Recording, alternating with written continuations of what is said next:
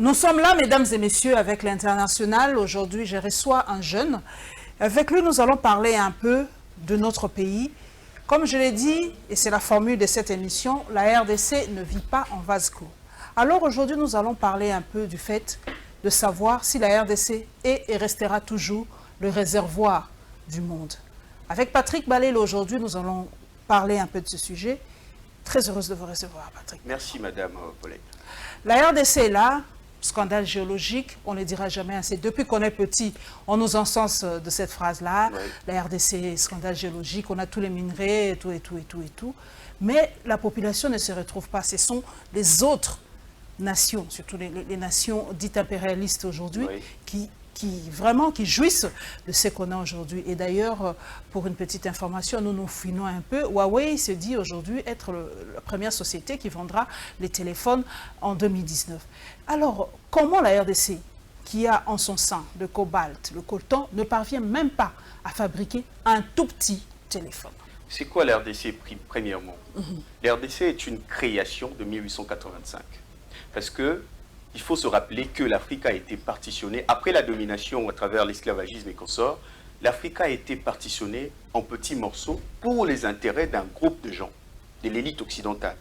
Ça n'a jamais été par rapport aux Africains eux-mêmes, mais par rapport à un petit groupe de gens, Léopold et ses potes. Et la RDC a été une création de cette période-là, d'où on a eu à donner la gestion auprès de l'individu Léopold, que les Américains, les Anglais, les Allemands, les Français avaient le droit de venir. Les autres. Voilà, voilà. Les Anglais. C'était à l'époque, c'était quoi encore le nom? Association internationale pour le bassin du Congo. Léopold mettait en avant l'idée de combattre l'esclavagisme arabe. Des musulmans, des Arabes, pardon, des Arabes, oui. Mais en réalité, il avait un plan de prédation des richesses de la RDC pour d'abord construire d'abord sa propre richesse en tant qu'individu et puis les richesses de son pays. La Belgique. La Belgique.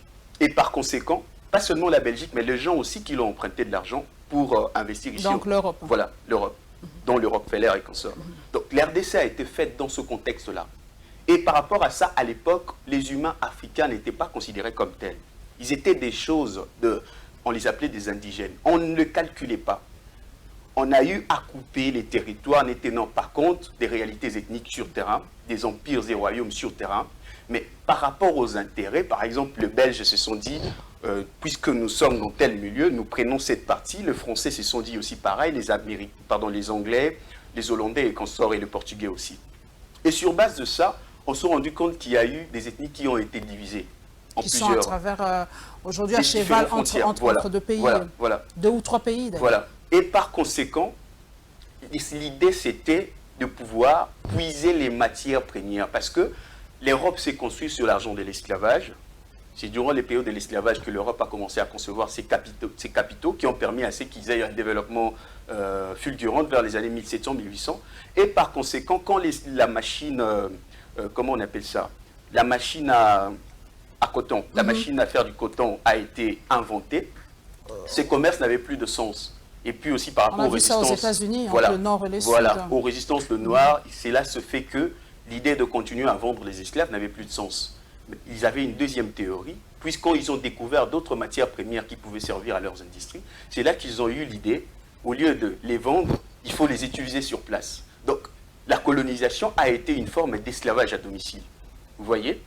Avec pour but de s'accaparer des richesses de peuples sans leur demander, parce qu'ils se disaient qu'ils ont le droit divin de dominer partout où ils pouvaient aller. Donc la RDC était une invention qui semble continuer dans ce contexte-là. Mais oui, c'est vrai, Patrick Balelo, vous nous avez fait un peu cette historique-là.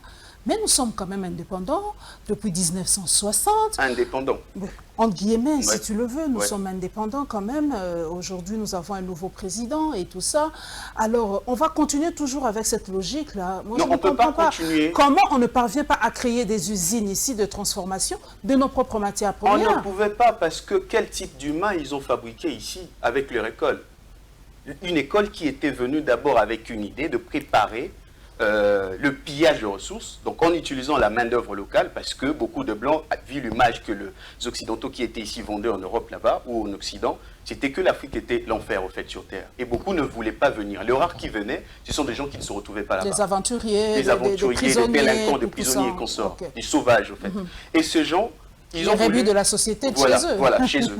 Et sur le terrain, ils ont voulu préparer des nègres dociles qui devaient continuer le jeu, même sans eux. Les nègres de maison, comme les nègres de maison. Et par conséquent, quelle forme d'éducation ils ont faite? Ils sont venus avec un schéma où ils ont scindé l'éducation et l'enseignement. Parce que, à vrai dire, l'éducation, c'est la base qui permet à ce que nous ayons un individu complet, au fait, utile et consort. Et ça travaille sur 4 domaines clés. Le savoir-faire, le savoir-être, la connaissance de l'être, qui est très important pour le savoir-être qui permet le savoir-vivre, et puis les savoirs qui est ce qu'on appelle culture générale. Or, la forme dont ils ont apporté à l'idée d'avoir des individus malléables, ils ont commencé par délaisser le savoir-être, donc le savoir-vivre, la connaissance de l'être, la connaissance en tant qu'individu humain, pour ne primer que le savoir-faire et le savoir. Et ce savoir-faire, logiquement, elle était axée sur la création des consommateurs. C'est-à-dire, dans le savoir-faire, par exemple, il y a 3 axes clés dans lesquels un savoir-faire intéressant pourrait évoluer. C'est-à-dire, le secteur où les gens fabriquent les richesses, ceux qui créent les richesses, et puis ceux qui transforment, ceux qui créent, et finalement, ceux qui gèrent. Et ceux qui consomment, à la fin. Ceux qui gèrent. Pas simplement consommateurs, mais les gestionnaires. Donc, les gestionnaires consomment ce que les primaires qui créent les richesses, naturellement, fabriquent et ils les gèrent. Ils ont axé leur formation, leur savoir-faire sur le secteur tertiaire, qui était le secteur des gestionnaires. Raison pour laquelle vous vous rendez compte que cette école primait plus la mise en place des administratifs et non de vrais créateurs de richesses. Des richesses. Voilà. Genre un peu, peut-être descendons un peu pour comprendre Patrick Balelo. Donc on a formé beaucoup plus, vous avez dit les administratifs, mais pas les gens qui peuvent créer, par exemple, les charpentiers, les gens qui peuvent faire un travail pour développer ce pays, c'est ça? Les gens qui créent, on crée dans tout le domaine. Dans tous les domaines. Dans tout le domaine. Donc la créativité, c'est dans tout le domaine. C'est dans le domaine même administratif. Excusez-moi, je prends un exemple, Patrick Balelo. Moi, à l'époque, j'ai voulu faire la section coupe et couture. Oui. Mais mon père a dit non, ce n'est pas pour toi. Ça, Oui. c'est pour les gens. Permettez, c'est pas que je néglige les Non, c'est la réalité, il faut le dire. Les gens qui font la couture. La couture. Il me dit, c'est pas toi, avec ton intelligence, tu dois être avocate ou médecin. Mais aujourd'hui, on se rend compte que Versace est un couturier. Voilà, et qui est millionnaire aujourd'hui. Louis Vuitton est un couturier. Mais pourquoi nos parents avaient ça? Ce sont les Blancs qui leur ont inculqué cette idéologie héritée de la période coloniale. C'est une idéologie héritée de la période coloniale où on a réduit le concept intelligence en la réussite à l'école. Et tout en oubliant que cette école-là ne testait que certaines formes de l'intelligence. Parce que si l'intelligence est considérée comme étant la capacité de pouvoir trouver des solutions face à un problème, eh ben, on va se rendre compte que l'intelligence est un concept plurisémantique. C'est-à-dire qui peut s'appliquer dans beaucoup de domaines, en fait. Mais qu'est-ce qui se fait à travers l'école à l'occidentale qui a plus primé la création des administratifs? Eh bien, pour avoir des administratifs parfaits, parmi les différentes formes d'intelligence, là je me lance dans la théorie de Ward, comment il s'appelait encore, cet américain Gardner, qui a créé la théorie de l'intelligence multiple. Qu'est-ce que cela dit? Eh bien, il y a au moins 8 formes d'intelligence. Wow. 8 formes d'intelligence. Il y a l'intelligence logico-mathématique, il y a l'intelligence verbo-linguistique, il y a l'intelligence interpersonnelle, il y a l'intelligence spirituelle, il y a l'intelligence kinesthétique. Je m'explique de manière pratique. Le logico-mathématique, ça permet un raisonnement logique, en fait. Un raisonnement logique et mathématique. Le verbo-linguistique, ça permet la maîtrise, en fait, le savoir-faire de la maîtrise de langue, par exemple. Vous voyez? Le kinesthétique, c'est dans le mouvement. L'intelligence musicale, c'est dans la musique, en fait. Le mouvement, par exemple, les danseurs. Vous ne me direz pas, par exemple, que Beethoven était moins intelligent qu'Albert Einstein. Exactement. Vous voyez? Il a été génie, Beethoven a été génie dans le domaine musical, en fait. Or, Albert Einstein a été un génie dans le domaine logico-mathématique et verbo-linguistique. Or, cette école a plus axé l'intelligence dans ces 2 formes premières, en fait, d'intelligence qui sont le logico-mathématique, mais aussi le verbo-linguistique, parce que, avec le postulat classé à cette époque en matière de l'éducation, qui était la création des employés, parce que c'était durant l'époque industrielle où l'Europe a bâti sa forme de système éducatif dont ils nous ont fait hériter, l'objectif était de créer des outils, individus-outils, qui peuvent faire l'emploi dans une forme d'administration industrielle. Vous comprenez cela? Parce qu'à l'époque, il n'y avait pas de robots et consorts. Et les humains devaient remplacer cela. Donc, forme des automates humains. Vous voyez? Et par rapport à ça, pour que quelqu'un arrive à mieux accomplir ses tâches, il fallait deux de ces formes de l'intelligence à être mises en avant. Le logico-mathématique et le verbo-linguistique, pour le permettre de pouvoir dialoguer, et l'autre pour le permettre de pouvoir mener des raisonnements logiques pour aboutir à une administration relativement parfaite. Donc aujourd'hui, la RDC ou globalisons, il y a des gens qui disent aujourd'hui, il y a même une Miss qui a soulevé un tollé à l'époque, que le noir est moins intelligent que les blancs aujourd'hui. Et ça se vit aujourd'hui, Patrick Balelo, après 60 ans d'indépendance, malgré tous les postulats que vous avez faits, malgré, il y a des gens qui ont réfléchi comme vous, qui savent qu'on peut changer les choses, mais on ne parvient pas à sortir de cette misère, et pourtant les pays asiatiques aujourd'hui parviennent quand même. Ils ont été aussi dominés par les Occidentaux. On n'oublie pas ça. Il y a eu les Occidentaux qui sont allés au Vietnam, en Chine, au Japon. Mais aujourd'hui, la Chine, le Japon, le pays des 4 dragons, s'en sortent. Mais comment les Noirs, les pays d'Afrique, surtout subsaharienne, ne parviennent toujours pas à s'en sortir? C'est pas toujours la faute des Occidentaux. Il faut préciser quelle forme de pays subsaharienne. C'est surtout ceux de la zone dite francophone, surtout. Il faut se poser la question. Et pourtant, ils étaient tous dans le même royaume et empire que les autres anglophones, qui ne sont pas aussi si extra, mais quand même sont relativement évolués par rapport aux autres francophones. Mais vous avez évoqué quelque chose d'intéressant en disant, par exemple, l'exemple de la Chine. Je vous ai dit avant que la domination a pour but la prédation de matières premières ou de l'économie des gens. Et pour aboutir à cela, il y a une étape centrale qui est celui de la possession du côté spirituel de la personne, la destruction de l'esprit de la personne, pour que finalement on utilise la force pour s'assurer la durée, dans la durée, et finalement, il y a la domination économique qui s'installe. Donc, s'il n'y a pas de domination spirituelle, toute forme de domination qui reste simplement militaire... Donc, pratiquement, moi j'aime bien comprendre, donc, pratiquement, les Européens n'ont pas pu dominer spirituellement les Asiatiques. Spirituellement les Asiatiques. C'est leur force alors? C'est leur force. Parce que le côté spirituel, c'est ça la fierté de l'individu. Et cette fierté, elle est caractérisée par l'identité culturelle d'un peuple. Vous voyez? Celui qui a son identité en tant qu'humain, il est difficile que vous veniez le dominer. Par exemple, vous, en tant que femme, vous savez votre valeur. Il est difficile qu'une personne misogyne vienne vous dire, par exemple, que vous êtes faite pour rester à la maison. Ça passe pas. Hein. Voilà. Parce que vous avez votre esprit, vous avez votre identité, vous avez votre fierté.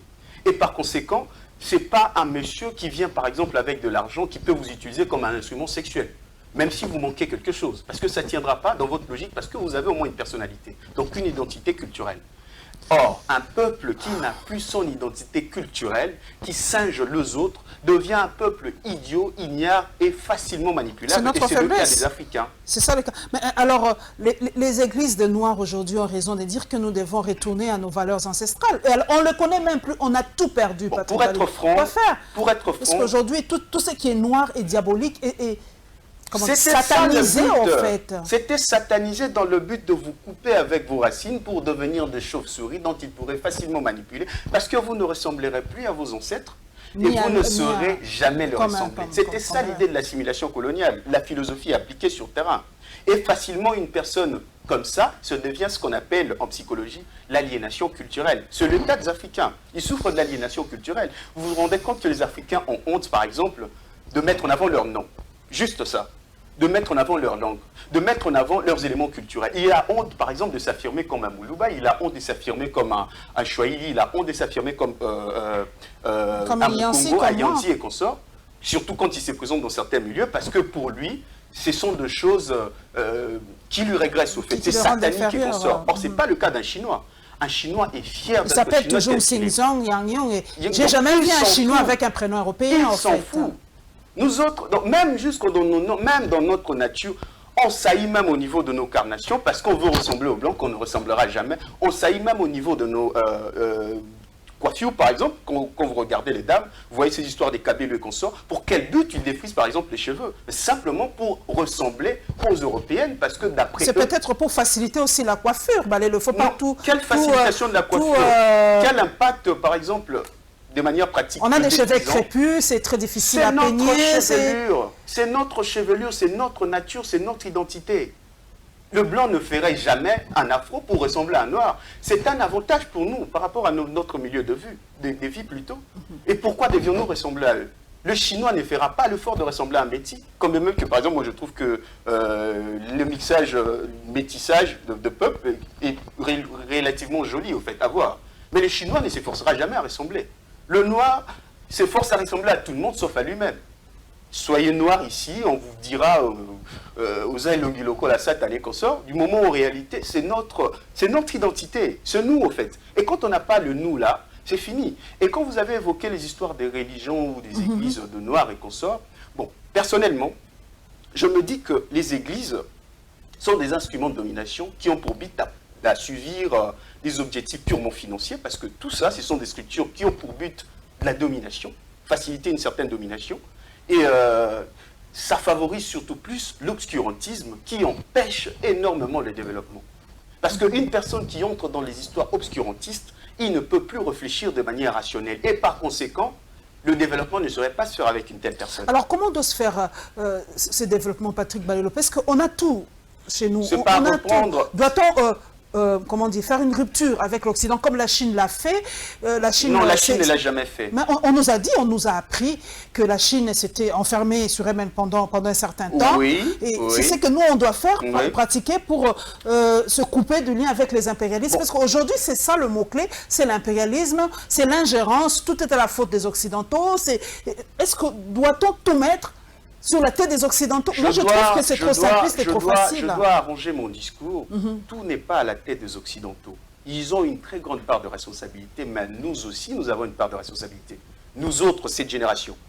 Parce que nous avons la capacité d'agir. Nous possédons le présent, ceux qui n'ont pas. Les Occidentaux n'ont pas... ils ont eu le passé, ils nous ont dominés dans le passé, mais présentement, nous avons le présent entre nos mains pour définir notre avenir. Vous voyez? Et à trop les responsabiliser ou à seulement les responsabiliser sans nous remettre en cause, ce sera une forme de raisonnement un peu bâclé d'après moi. Nous avons l'obligation maintenant de comprendre où nous voulons aller. En fonction de cela, nous devons maintenant rétailler les paradigmes par rapport à nos réalités. Mais pour que cela soit fait, la première des choses, c'est investir dans l'homme. Mais investir dans l'homme comment? Changer le système éducatif. Changer le système éducatif pour vous, il faut vraiment tout changer. Les systèmes éducatifs que nous avons fabriquent des idiots inconscients, au fait, de robots inutiles. On le voit, le vrai voleur ici sont les gens qui sortent de l'école. Ce n'est pas un chèque qui vole 2000 francs congolais, mais c'est un ministre qui vole des millions en fait. Ils sont tous les mêmes, ils sont des chèques en cravate, en fait. Ils sont des licenciés, de ceci, cela, et consorts, mais de vrais voleurs. Des personnes sans morale, sans foi ni loi, parce que l'école avait primé à mettre en avant plus un savoir-faire lié à la gestion de l'administration, tout en négligeant le savoir-être et la connaissance de l'être qui créent des humains qui n'ont pas de personnalité, qui n'ont pas d'intégrité. Vous voyez? Et par conséquent, une telle forme d'éducation déjà erronée dans sa base ne peut que fabriquer des idiots qui vont perpétuer un système qui nous emmènera dans une stupidité qui ne permettra jamais de pouvoir évoluer. Donc avant tout, il faut que nous commençons par refaire ce paradigme-là, mais en fonction de ce que nous voulons devenir pour demain. On nous dit qu'on doit avoir des relations win-win avec les pays occidentaux. Est-ce que c'est faisable ou c'est vraiment une utopie? Parce que vous avez, tel que vous avez tracé les choses, les Blancs ont je peux dire, une génération d'avance sur nous. Ils savent ce qu'ils doivent faire, ils savent quelle technique adopter, ils connaissent nos faiblesses, ils connaissent... alors, ce partenariat win-win, est-ce que ce n'est pas une utopie, Patrick? Pour l'instant, c'est une utopie, pour être franc. Pour l'instant, c'est une utopie. Ce que l'Afrique a besoin peut-être de faire, c'est de profiter, parce que ce qui est vrai, la géopolitique mondiale est en train de se retracer autrement. Et nous devions profiter de tout ce conflit géopolitique qui se réalise dans le monde pour nous positionner. Mais ce n'est pas facile dans le contexte de notre pays où il y a plus d'ingérence. Parce que l'autre fois, je faisais comprendre à quelqu'un que le vrai frein du développement du Congo, ce n'est pas la corruption, mais c'est l'ingérence occidentale. Parce que je veux vous dire une chose. La corruption ne peut jamais freiner un pays à pouvoir développer de manière pratique, si ce pays arrive à avoir des moyens suffisants pour son développement. Je vous donnerai des exemples pratiques. Je vous en prie, parce que je comprends pas très bien. Vous savez, par exemple, je vous poserai la question, comment est-ce que les Saoudiens, la famille royale saoud, a pu avoir des milliards de dollars si c'est né par de pots de vin pour faciliter certains contrats sur terrain? Exactement. Parce que qu'est-ce que la corruption? Corrupte, l'action de faire réaliser à quelqu'un quelque chose, une action qu'il n'aurait pas pu réaliser de manière naturelle, mais vous utilisez de manière souvent financière pour lui faire accepter quelque chose ou lui faire valider quelque chose qu'il n'aurait pas pu faire. Exactement. Or, la réalité de l'enrichissement de la famille Saoud, c'est à travers ça. Avec, comme tous les chefs d'État africains. Comme tous les chefs d'État africains, comme les familles royales, par exemple, de la Grande-Bretagne et partout ailleurs. Voilà, et comme toutes les élites. Parce que, par exemple, en France, si vous vous souvenez bien des actualités, vous allez vous rendre compte des histoires de corruption. Même en Israël, je me rappelle, le Premier ministre est bourré dans des histoires de... Je prends le Brésil, par exemple, sous Lula, parce que c'est Lula qui a fait sortir le Brésil de la pauvreté. Lula est empêtré dans des histoires de corruption. Je prends l'exemple de l'Angola. Comment vous allez me justifier l'enrichissement de la fille du président Dos Santos, voilà, Isabella. Si c'est né par des histoires un peu bizarres, dignes d'être qualifiées de corruption. Mais cela n'a pas empêché l'Angola en 2002 de pouvoir bâtir leur pays. La corruption n'a pas empêché l'Arabie Saoudite de pouvoir se construire. Mais nous ici, déjà, combien nous captons? Le prix de nos matières premières ont été, bien avant la révision de ce code minier, imposés par les Occidentaux. Et tout dirigeant africain, surtout congolais, qui s'est forcé à pouvoir refuser cela, on connaît le sort. On a eu un Lumumba, on a chassé, tué. Tué carrément. S'il est trop intelligent, on le tue. S'il est relativement, on peut le laisser. Et on a vécu ce qu'on a vécu. On a eu l'indépendance, on a imposé nos propres dirigeants d'après notre vision, mais qu'est-ce qui se fait? On a vu le sort. On nous a imposé un Mobutu. Parce que Mobutu n'est pas une volonté de la population congolaise, mais c'était une imposition occidentale. Mobutu a pu travailler, parce qu'à cette époque, c'était un bon dictateur pour eux. C'était même pas un dictateur, un bon dirigeant africain, un démocrate, d'après eux. Si vous lisez, voilà. L'essentiel, c'était la stabilité. C'était pas la stabilité, c'était la facilité du pillage de ressources de l'Afrique. Parce qu'à travers Mobutu, ils ont profité pour pouvoir embêter le pays. Il y avait une certaine stabilité, Patrick Balelo, quand même, pendant... Nous avons grandi sous. C'est eux qui créent l'instabilité. Et quand ils ont un pion qui est en leur faveur, donc ils ne créent pas. Ils vous laissent tranquille. Donc tout ce qui se passe aujourd'hui, c'est leur faute. Tout ce qui se passe à l'Est et tout ça, parce qu'ils ne sont pas avec Kabila. Pour bien comprendre les choses, à qui bénéficient toutes ces bêtises? N'est-ce pas aux multinationales? Et le nouveau président, qu'est-ce qu'il doit faire? Il doit continuer avec le nouveau code minier. Le jeu n'est pas facile. Est-ce que doit-il revoir ce code minier? Non, il ne peut pas revoir ce code minier parce que... Mais il a promis, si je ne me trompe pas, en tout cas on peut me corriger, mais il avait promis de revoir un peu ce code minier. Je ne sais pas, mais d'après mon point de vue, il ne peut pas le faire. Parce que pour moi, la révision du code minier, c'était un point d'honneur que l'ancien président a fait aux Occidentaux. C'était pas une forme de chantage aussi? Pas vraiment. Il comprend le jeu, il comprend l'évolution de choses, il comprend qu'à un moment donné, il a été utilisé, il comprend qu'on ne l'a pas laissé assez de volant pour pouvoir réaliser des choses, et par conséquent, du moment où il commençait à mettre trop de pression, lié aussi aux accords qu'il a eu à faire en matière électorale, par exemple, en matière de notre constitution, donc il était obligé de pouvoir laisser les choses, et l'Occident a toujours tendance à remercier tous ceux qui les ont servis en monnaie de singe. Nous connaissons la suite de tous ceux-là qui ont eu à servir corps et âme à l'Occident. Nous savons leur suite finalement. Et lui, il avait compris cela. Il a essayé de faire quelque chose pour ce pays. Mais bon, beaucoup de gens ont identifié le malheur du Congo en lui et ils auront du mal à mener un jugement objectif par rapport à lui. Mais de manière pratique, la révision du code minier est très bénéfique par rapport à lui. Parce que ça va grossir l'assiette budgétaire et ça pourrait permettre certaines choses. Comme je vous ai dit, par exemple, l'Angola. Moi, j'ai connu l'Angola, un pays très pauvre, un pays en guerre. Les Angolais n'étaient pas fiers d'être Angolais. Mais aujourd'hui, ils ont un budget de plus de 80 milliards de dollars. Vous savez, de manière pratique, qu'est-ce qui s'est fait?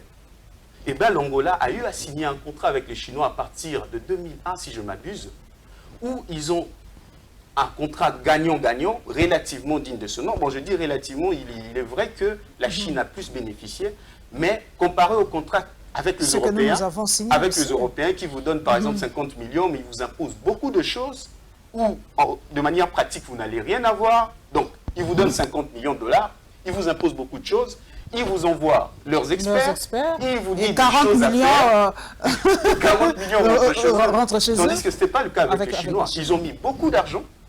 Bien sûr qu'ils ont pris beaucoup de choses, mais ils ont mis beaucoup d'argent, ils vous ont construit des histoires et ils vous ont laissé toutes ces histoires-là, et à la longue, ça profite relativement à vous, ça peut quand même vous permettre de pouvoir Patrick, moi j'ai jamais compris. C'est vrai que vous fustigez un peu... Excusez, j'ai pas fini le cheminement de l'idée. Je vous en prie. L'Angola, grâce à cette forme de contrat avec les Chinois, via leur pétrole, où ils ont eu à s'entendre en matière de pourcentage et en matière de contrepartie, nous avons vu l'Angola se construire. Et en un temps record, entre 2002 jusqu'en 2014-15, avant la crise de cuivre et consorts, parce que la plupart des économies de pays dites en voie de développement durant tous ces derniers temps, c'était plus axé sur le secteur minier. Et il suffirait qu'il y ait cette crise pour que nous sentons qu'ils ont eu à avoir de baisse parce qu'ils n'ont pas eu le temps de diversifier leur économie. Comme chez nous, on a senti aujourd'hui le cobalt, voilà, on a fait baisser de 95 000 dollars la tonne à plus ou moins 30 000. Ça par exemple, à partir de 2015, le budget et toutes ces histoires qu'on a eu à connaître, c'était à cause de cette chute des matières premières qui est, au fait, la grande partie des recettes ici. Mais or, avec l'Angola, durant ces périodes où tout passait très bien, ça a quand même permis l'Angola de pouvoir se dessiner. Et puisqu'il y a peu d'ingérence par rapport au Congo, nous avons vu l'Angola pouvoir s'élever comme une puissance africaine. Malheureusement, au Congo, les Chinois ont voulu investir plus d'argent que ce qu'ils ont fait en Angola, mais on n'a pas permis au gouvernement Les impérialistes n'ont pas voulu, ils n'ont jamais permis cela. Ils ont senti qu'ils allaient perdre la RDC. Ils allaient perdre la RDC parce qu'ils savaient que si Kabila, à l'époque, arrivait à réussir à faire ce que l'Angola a fait, eh ben, il n'aurait plus à lui faire assez de chantage.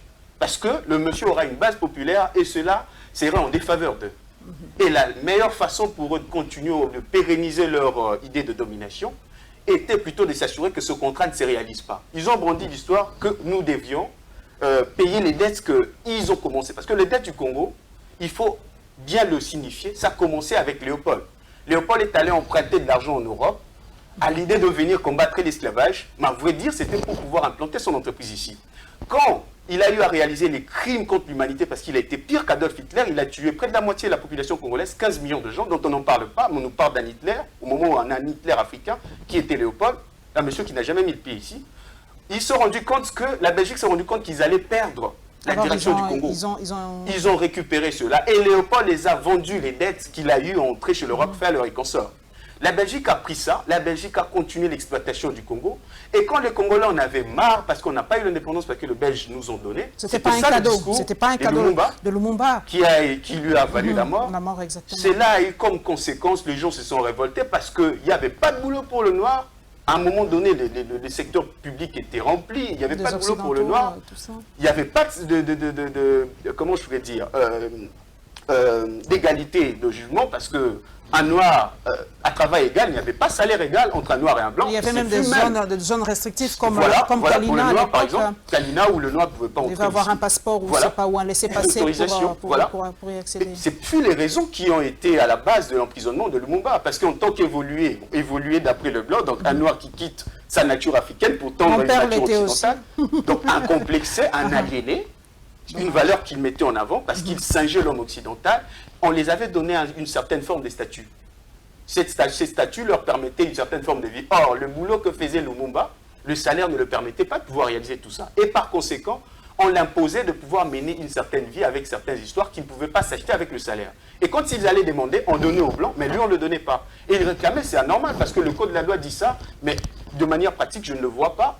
Et il a eu à prendre de l'argent. C'est là où on l'avait arrêté, d'ailleurs. C'est là où on l'a arrêté. Donc, le noir s'était rébellé à un moment donné et quand ils se sont décidés d'abandonner le Congo, et qu'est-ce qu'ils ont fait? Ils ont pris tous ces dettes-là qu'ils ont eu à s'endetter. Et ils ont laissé à la RDC. Ils ont pris l'actif. 50 millions. Ils ont pris l'actif et ils ont laissé le passif. 50 millions de dollars à cette époque-là. Wow. Et dans ces 50 millions, les Lumumba et consorts n'avaient pas pu discuter exactement mais c'est ça la table ronde économique.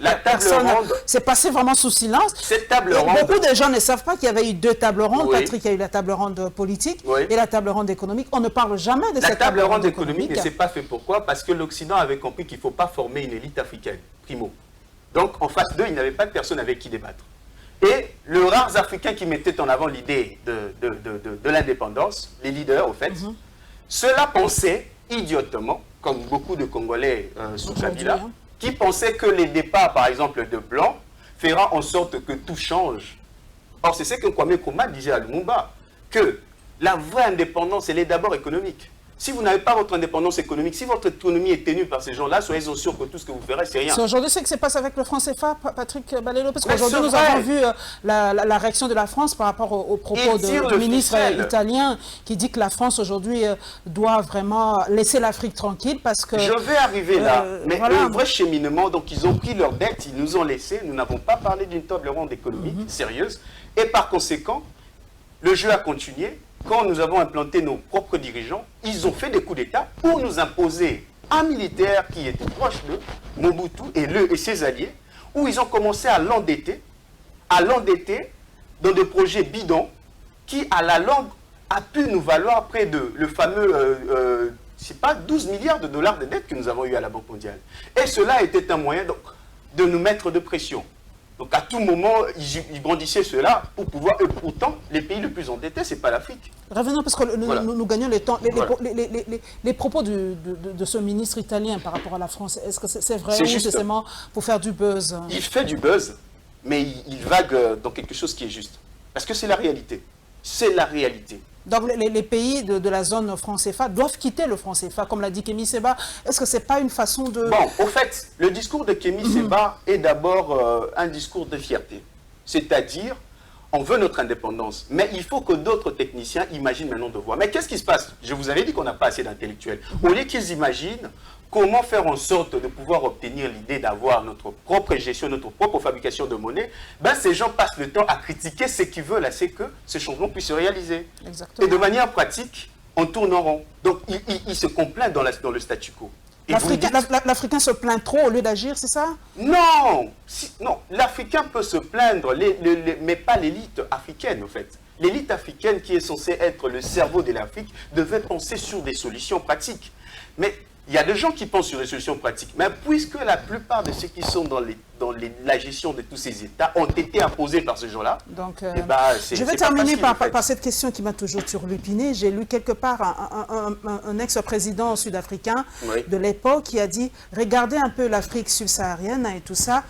L'Afrique du Sud aujourd'hui est un grand pays parce que les Blancs sont restés chez eux. » Quel est ce grand président dont vous dites? Non, le nom m'échappe. Parce que je ne pense pas que c'est le Blanc là qui a... Avant, c'est les années 40-50, le président sud-africain, mais le nom m'échappe. Sûrement que c'était un Blanc à l'époque. Oui, c'était un Blanc, évidemment, c'était un Blanc. Il a dit, regardez les autres pays africains, comment ils sont. L'Afrique du Sud aujourd'hui est une grande puissance parce que les Blancs sont restés. C'est la question que je posais à mon père. Est-ce que si les Belges qui avaient choisi de rester en RDC étaient restés et avaient opté pour la nationalité congolaise? Vous voyez la colère, la RDC ne serait pas... Vous voyez la colère qu'avait... Mais les Sud-Africains n'ont pas chassé les Blancs. Non, ils n'ont pas chassé le Blanc. Ils ont fait de grands combats pour chasser le Blanc. Les Blancs ont pu arrêter Mandela à cause de ça. Mais durant le temps qu'ils ont gardé Mandela en prison, ils ont lavé le cerveau. Quand ils ont compris qu'ils étaient contre mur, qu'ils ne pouvaient plus continuer le jeu, eh ben, ils ont pu comprendre qu'ils allaient tout perdre. Il fallait négocier, laisser une figure de noir occupée, mais que ce monsieur ait l'obligation de ne pas les chasser. Ensuite, c'est ce qui se fait en Afrique du Sud. Et c'est ce qui a donné ces semblants de continuité. Mais du point de vue pratique, l'injustice continue parce que la majeure partie de la richesse sud-africaine est détenue par qui? Si ce n'est par un petit groupe de Blancs. Ces derniers temps, par exemple, en Afrique du Sud, vous allez constater que certains Noirs commencent à se liguer pour assassiner, par exemple, des fermiers blancs parce qu'ils sentent les inégalités sociales. Parce que ce sont les inégalités sociales qui engendrent tout ça. Donc, que les Belges soient restés en RDC, cela n'aurait rien changé du tout. Ça n'aurait rien changé de manière pratique par rapport à nous, parce que Lumumba n'a pas voulu chasser le blanc. Lumumba dit, parce qu'il savait qu'on n'a pas préparé une élite, Lumumba a voulu... C'était peut-être ça notre erreur. On n'a pas... si on avait suivi le plan de Van Bissen, Patrick, nous passons du coq à l'âne, si on avait acquis l'indépendance en 1980, peut-être on ne serait pas comme ça, on aurait formé une élite. Van Bissen lui-même n'a jamais été écouté par la Belgique à l'époque, quand il proposait son plan de fameux 30 ans. Et dans le plan de 30 ans de Van Bissen, qui consistait à pouvoir former une élite pour pouvoir aider le pays à pouvoir continuer, cette formation allait être dans quel sens? Parce que ce n'est pas la question de parler simplement de l'éducation, mais quel type d'éducation, quelle éducation vous allez donner à ces gens-là? Pour quelle finalité? N'est-ce pas une finalité de continuer la pérennisation du pillage de l'Afrique en faveur de l'Occident? Van Bissen n'a pas été écouté par la Belgique à cette époque. On l'a négligé totalement. Parce qu'on s'est dit, bon, la Belgique, depuis la bêtise du Congolais qui a été assassiné, j'ai oublié son nom, du fait que ce monsieur réclamait déjà aux alentours de 1900, Paul Panda, qui réclamait aux alentours de 1920, parce que ce monsieur a été un boy. Farnana ou quoi, c'est ça? Voilà, Paul Panda. Il a été pris comme un boy chez un blanc qui l'a emmené là-bas. Et le blanc avait compris que le nègre n'était pas si idiot qu'on le disait. Et il a fait entrer dans une école occidentale. Il a été formé en agronomie et consorts. Et le monsieur, il a combattu durant la Première Guerre mondiale et il avait compris que si on formait le noir à cette époque-là, on leur donnait une éducation adéquate, ils pourraient s'émanciper parce que le discours officiel disait qu'il voulait l'émancipation de noirs. Et Paul Panda a réclamé cela. Mais qu'est-ce qui se fait ensuite? On l'a assassiné. Donc comment sortir de cette ingérence, parce que c'est vraiment la dernière ligne droite, comment sortir de cette influence occidentale? On doit commencer par l'éducation et on doit commencer par certaines actions dont on peut faire. On peut continuer avec ce jeu-là parce qu'on ne saurait pas couper les liens du jour au lendemain, c'est impossible ou c'est suicidaire, mais on peut continuer. Mais il y a quand même certaines parcelles qu'on peut quand même essayer de faire à notre niveau. Par exemple, la question de l'éducation.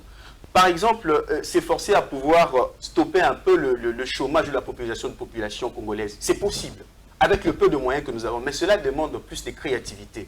Il faudra assez que les prochains gouvernements arrivent à avoir des personnes assez créatives, pas des personnes dont on pose parce qu'il est de telle ou telle autre obédience politique. Or, quand on le pose là-bas, des fois, ils ne sont pas performants, ce fameux ministre qu'on met ici. Et ces gens sont là pour piller les caisses de l'État, donner à leur parti politique et peut-être profiter, faire le djalelo pour pouvoir résister dans ce poste-là parce qu'il n'y a pas de boulot ici en Afrique. Et vu qu'ils n'ont pas été formés à pouvoir fabriquer de la richesse, pour pérenniser le système, ils sont obligés à rester malgré eux. Et c'est comme ça que nous assistons à tous ces djalelo et consorts et qui ne nous permet pas de pouvoir évoluer parce que ces gens pillent le peu de l'argent qui ont dans l'État et l'État ne peut pas faire pour le peuple et c'est un système en boucle. Il faudra assez que le nouveau président comprenne assez qu'il doit mettre en avant l'intelligence des personnes créatives dans chaque secteur. Et ces personnes, avec le peu de moyens que capte l'État, des personnes qui ont une certaine intégrité morale, le peu de moyens que capte l'État, qu'ils s'efforcent à mettre des plans très créatifs qui pourraient pallier aux questions dont j'ai pu dire. Il y a les urgences qui sont purement sociales, mais il y a aussi des problèmes à long terme qui sont purement stratégiques, d'où nous devons commencer par l'éducation et d'autres actions qui devaient les accompagner. Voilà, mesdames et messieurs, c'était ça l'International aujourd'hui. Nous avons parlé un peu de l'ingérence occidentale, des impérialistes. Et Patrick Balelo nous a donné quelques pistes de solutions. Nous devrons revoir un peu notre système éducatif, vraiment pour nous en sortir. Parce qu'à cette allure-là, les Blancs... Je dois préciser une chose. Oui, oui. À l'instant où nous parlons, il y a des travaux qui se font en matière de l'éducation, où on essaye de réformer ce fameux système. Mais ça part dans une très mauvaise direction. Encore. Très mauvaise direction. Et cette direction-là ne sera toujours pas en faveur de nous. Oh, voilà. Donc, nous devons vraiment tout faire pour nous en sortir, sinon ce cycle-là continuera, parce que nous avons vu les pays asiatiques, Balelo l'a dit, ils ont gardé leurs différences et ils n'ont pas été dominés spirituellement. C'est pour cela qu'ils ont pu s'en sortir, c'est vraiment une des raisons. L'Africain a été vraiment aliéné culturellement. Vous avez vu, même nos prénoms, tout ça, l'Africain veut à tout prix ressembler à l'occidental, au blanc. Nous nous réunions tout, à commencer par nos cheveux. D'ailleurs, je le félicite, il est avec son style, avec les locks. Et moi, j'ai aussi pris cette grande décision de ne plus défriser mes cheveux. C'est vrai que je me mets un peu ces histoires sur la tête, mais mes cheveux restent naturels. L'Africain doit finir par s'accepter tel qu'il est. Voilà. Donc, c'est ça l'International. Merci à Patrick Balelo. Merci à vous tous, nos followers. Nous sommes de retour et nous nous retrouverons avec le même plaisir pour une autre émission. Au revoir.